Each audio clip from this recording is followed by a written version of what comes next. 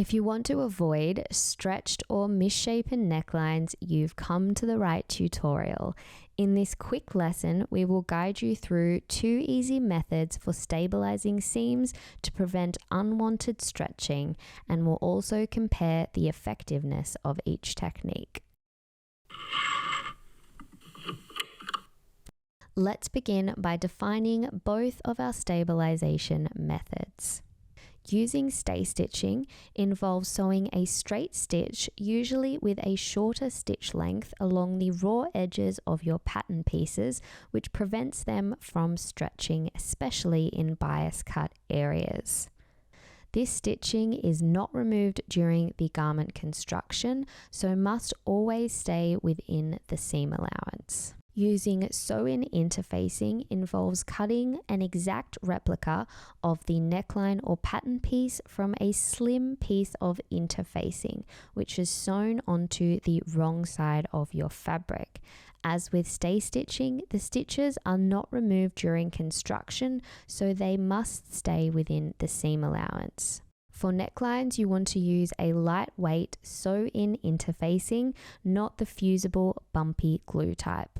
So now we know what the methods are, let's look at why they are so important.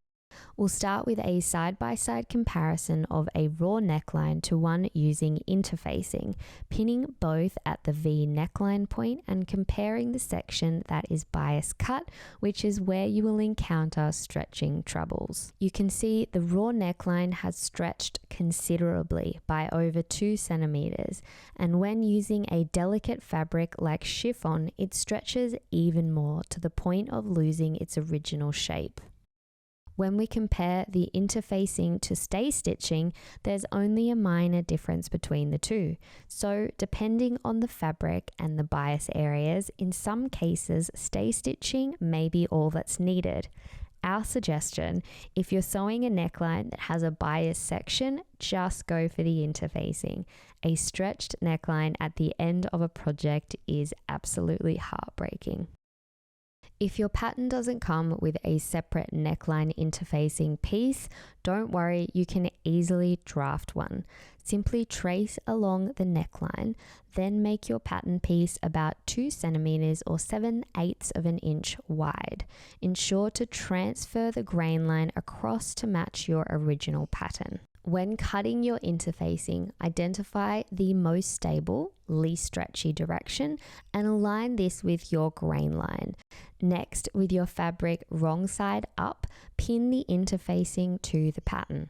Use our anchor pinning method to help prevent the fabric from stretching while pinning. Start by pinning at the end and the beginning of the pattern, followed by any notches or midpoints. Once these anchor pins are in place, you can add more pins as required. When working with delicate fabrics, it's best to pin the interfacing immediately after cutting out your pattern. Even the slightest movement from its cut position can cause irreversible stretching. Before you begin sewing, adjust your stitch length to a shorter setting of 1.9.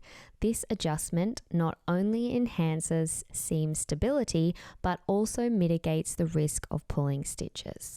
Ensure your stitches stay within the seam allowance, around 0.6 centimeters or 1/4 of an inch from the raw edge works well for a 1.5 centimeter or 5/8 of an inch seam allowance.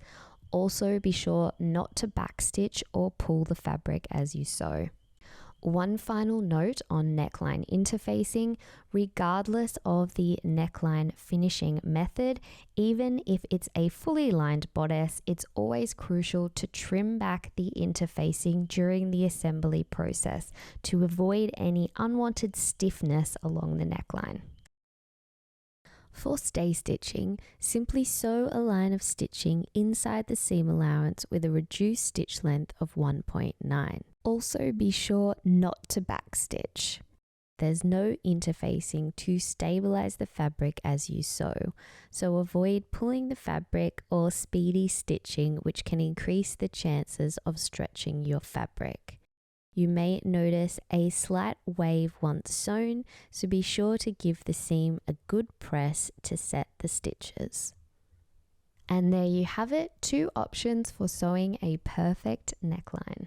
If you love sewing, we've got something to help you plan out your creations, our awesome and awesomely free PDF sewing planner. Jot down your measurements, hack plans, and supplies for every project, and add your fabric swatches and garment sketches.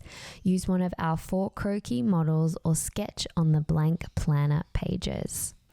It also includes a collection planner for organizing swatches and styling ideas for mini wardrobe collections, and a 12-month sewing calendar.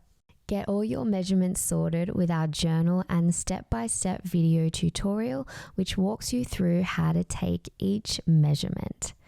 Download your planner for free at madelabel.co/planner so you can get creative and plan out the wardrobe of your dreams.